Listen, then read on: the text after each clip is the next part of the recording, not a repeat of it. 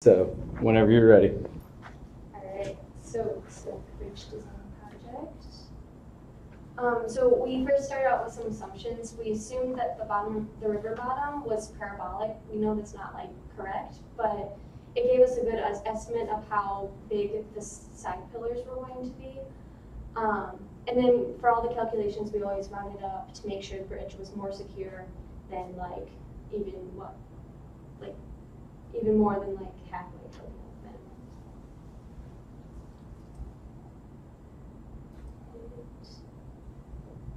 Oh, okay. So I guess some of the restrictions we had to work with is the normal forces in concrete had to be below 1400 psi and preferably around 700 psi.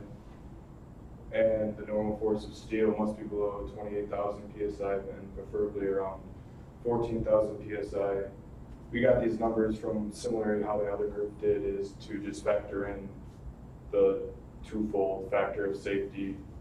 That way, nothing that you put across the bridge should be able to break it in any way, shape, or form. So we first started off with just having 3 pillars, just 2 at the very ends and then 1 in the middle. And basically, the red circles are where we calculated to see, because that's the place where it break the easiest, basically. And we were able to find, that it just didn't really work out. That the concrete was barely like below the maximum, and the steel was just way too high. So we found that it's just not going to work. So we went up to having 3 pillars, and so 3 pillars in the river, and then 2 on the very ends on the banks. And well, I guess one thing about this is kind of our general design for the bridge, in the fact of we're going to have the 5 pillars, and then we from research a little bit, we saw that people usually bury about 1/3 of the overall height into the ground. So at the largest point, it would be 5 feet, and then we just kept that constant across the entire riverbed.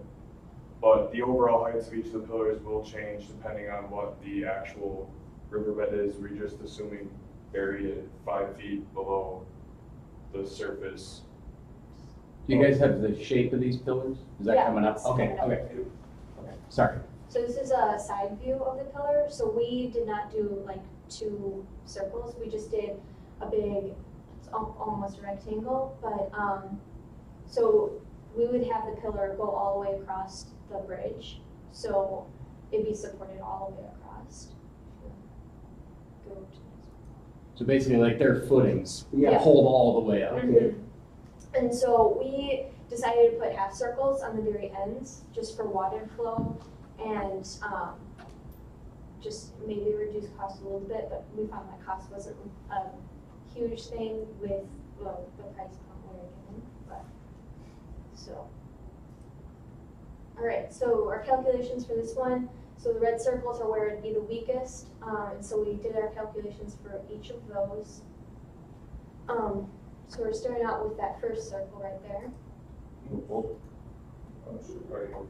Back space maybe?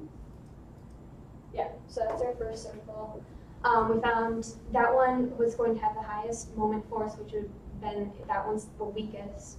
And we found that it's way below even our minimums for each one, with the concrete being 317 psi when it was, our goal was to be around 700, and then steel also the same thing. What was the steel? I should know. Steel had to be below, or the twofold safety factor is 14,000 psi. So we're less than that. Yeah. Mm-hmm. Okay. Oh, I'm just gonna everything up. And then we did it for the other one, but since the moment force there was actually lower, we know for sure that this one's going to actually hold, because this one's going to be less likely to break than the other one even. But we did do the calculations as well, which are shown there. So yeah, so we did just 20 pieces of rebar, so each one spaced across So we'll have 10 across the very top and 10 across the bottom. And we didn't do the mesh, but we only did the rebar going along with the bridge. So the 70 feet of the bridge, he'll have the rebar going that way as well. Did you put rebar in the pillars? We Or- did not account for that. Okay. Because the way, I guess I kind of did most of the math for the pillars, is the way I interpreted the use of rebar was for the bending Right. moments. And since the river was supposed to be calm and not very forceful, we thought the strength of just the concrete itself is going to be enough to support the bridge. And Well, and your area is so much larger than. yeah, yours, since too. we have such a large area, we figured that there isn't going to be any structural benefits from putting rebar in, which should also help with overall construction because it's just be one form and you could pour versus having to set rebar Mhm. when you're pouring. Yes. Still probably wouldn't hurt, and Yeah. you're still Mhm. 10,000 below the, so you could always Yeah, throw that yeah. rebar. That'll be fine. But, so, yeah, we did the cost of the bridge with the 3 pillars. For each pillar, we started out with just having the foot across. And so we found the cost for that, but since the cost was so low, we thought maybe we should make the pillars wider. And so we did do a cost estimate for having the pillars be 18 inches wide, which would only help with structural integrity. So. And by widening the pillars from 12 inches with the semicircles to 18 inches with the semicircles, only raised the cost by about $700. Okay. And we also do have calculations for if the pillars were just squares with no semicircles on the end, because we weren't exactly sure what the capabilities of forms were, if you would be able to cast or form circles or not. So I do have. That can't be that much different. I'll interject, I've seen and sent Mark videos also showing these rounded supports being used in, Okay. so what you're doing is It will- something that is Capable.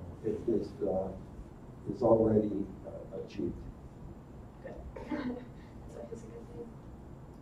Well, because, and you just, regardless of how the river flows, you don't want to abrupt change. You'd want that rounded surface. And that The was, river's gonna probably do it if you don't put it. yeah. So yeah, that's our presentation. Okay. So Let me pause and restart.